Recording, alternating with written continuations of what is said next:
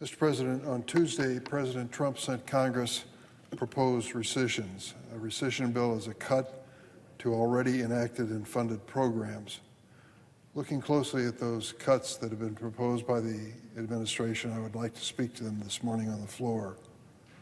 Where has the President suggested we cut a very minuscule percentage of the federal budget to fund deficit-busting tax cuts for the ultra-wealthy from bipartisan programs that both parties have supported for years, programs that help the poorest in the world survive, even lead a normal life suffering from HIV and AIDS, that help countries become healthy democracies and trading partners literally for the United States, support peacekeeping efforts to prevent the spread of war and migration, programs that counter Chinese influence and help stem the flow of illicit drugs, radio and TV stations that provide news for America.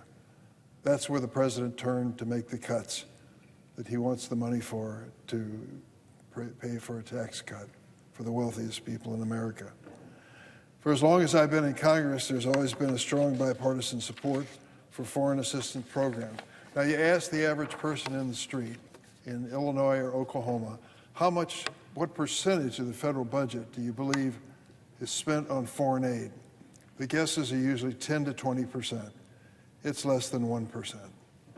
There was an understanding that modest efforts like those that cost just over 1% of the federal budget were the right thing to do by both political parties.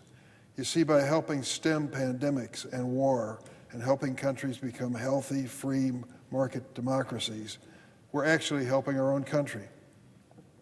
We're stopping wars and upheavals before they start and spill over borders, alleviating the future need to send our troops into harm's way, and strengthening our own national security at home by mitigating instability around the world. We are creating allies in the process and trading partners for U.S. farmers and other American businesses that make for good jobs here at home.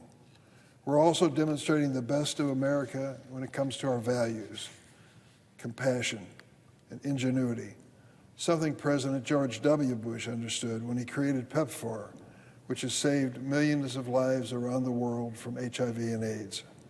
That's why Ronald Reagan and John McCain, no pushovers, understood the incredible power and strategic value of helping countries across the globe become free, democratic, and prosperous. So why in the world would we cut such low-cost but impactful programs? I don't understand it. If there were international programs that were ineffective, and I admit such work can be difficult and with mistakes, then the place to fix them is through the regular appropriations process, not the wholesale gutting of a complete program like USAID. And a word on equally short-sighted proposed cuts to public broadcasting. While President Trump claims that eliminating funding for public media will end PBS and NPR's so-called woke agenda, I can't even define that for you, but that was the reason given. He fails to understand that more than 70% of this funding goes to local public media stations. I think people in central Illinois, where my home is, would be hard-pressed to even explain to you what a woke agenda is on national public radio.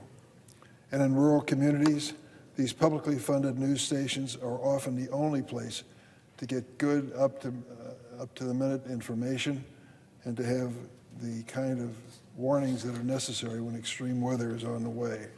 They provide local news coverage, educational programming, and emergency and weather alerts. Without public broadcasting, how will people in Kansas and Texas learn of the tornado alerts? How will children who lack access to preschool in Idaho or South Dakota be able to receive education before kindergarten? These cuts make no sense, and I call on my Republican colleagues in a bipartisan fashion to look at the impact they're going to have objectively across America.